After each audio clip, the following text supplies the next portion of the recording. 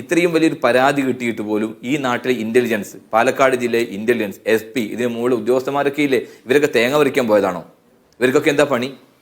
ഈ നാട്ടിൽ നമുക്കറിയാം, സെലിബ്രിറ്റി സ്റ്റാറ്റസ് ഉള്ള ആളുകൾക്ക് എന്തെങ്കിലും പരാതി വരുമ്പോൾ സ്വാഭാവികമായും പോലീസ് ആക്ട് ചെയ്യുന്നു, മാധ്യമങ്ങളിൽ അതിന്റെ വാർത്തയാകുന്നു, വലിയ രൂപത്തിലുള്ള കാര്യങ്ങൾ നടക്കുന്ന നാടല്ലേ ഇത്. അപ്പോൾ ഇവരൊക്കെ സാധാരണക്കാരായതുകൊണ്ടോ, ഈ കുടുംബം സാധാരണക്കാരായതുകൊണ്ടോ, ആ കുട്ടികൾ സാധാരണക്കാരായതുകൊണ്ടാണോ പോലീസ് തിരിഞ്ഞു നോക്കാത്തത്? അല്ലെങ്കിൽ ചെന്താമര എന്നുള്ള പേര് കേട്ടപ്പോൾ തന്നെ പിണറായി വിജയനെ സംബന്ധിച്ചിടത്തോളം ഇപ്പോൾ സംഗീത കമ്പീത തിരിയാൻ പറ്റാത്ത നാട്ടിലായതുകൊണ്ട് ആ താമര എന്ന് കേട്ടപ്പോൾ പോലീസ് നടപടി എടുക്കാതിരുന്നതാണോ? എന്താണ്? ആരാണ് ഈ കൊലപാതകത്തിന് പിറകിൽ? ഇത് പോലീസിന്റെ അറിവോടുകൂടി നടന്ന കൊലപാതകമല്ലേ? ഈ പറയുന്ന പ്രതിയെ ഈ പരാതി കിട്ടി സ്റ്റേഷനിൽ വിളിച്ചു വരുത്തി ചോദ്യം ചെയ്യാൻ തയ്യാറായിട്ടുണ്ടോ? ഇതുമായി ബന്ധപ്പെട്ട് എന്തെങ്കിലും തരത്തിൽ അന്വേഷണം നടത്തിയിട്ടുണ്ടോ?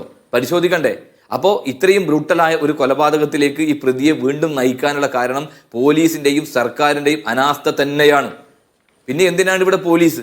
എന്തിനാണ് സംരക്ഷണം? മുഖ്യമന്ത്രിക്ക് യാത്ര ചെയ്യുമ്പോൾ 40-50 വണ്ടിയിൽ എസ്കോർട്ട് പോകാനും അതോടൊപ്പം തന്നെ കരികൊടി കാണിക്കുന്നവരെ തലതല്ലി പൊളിക്കാനും മാത്രമാണ് പോലീസ്. അങ്ങനെ ആ ഒരു പോലീസും മുഖ്യമന്ത്രിയുടെ ജീവന് മാത്രമാണോ ഇവിടെ സംരക്ഷണം? നാട്ടിലെ ജനങ്ങൾക്ക് സംരക്ഷണം വേണ്ടേ? സാധാരണക്കാരന് ജീവിക്കണ്ടേ? പാവപ്പെട്ടവർക്ക് ജീവിക്കണ്ടേ? ഈ കൊലയാളികളിൽ നിന്ന് മുമ്പ് ആളുകൾ ഇങ്ങനെ യഥേഷ്ടം കൊല്ലപ്പെടുമ്പോൾ എന്ത് നടപടി എടുക്കുന്നു പോലീസ്?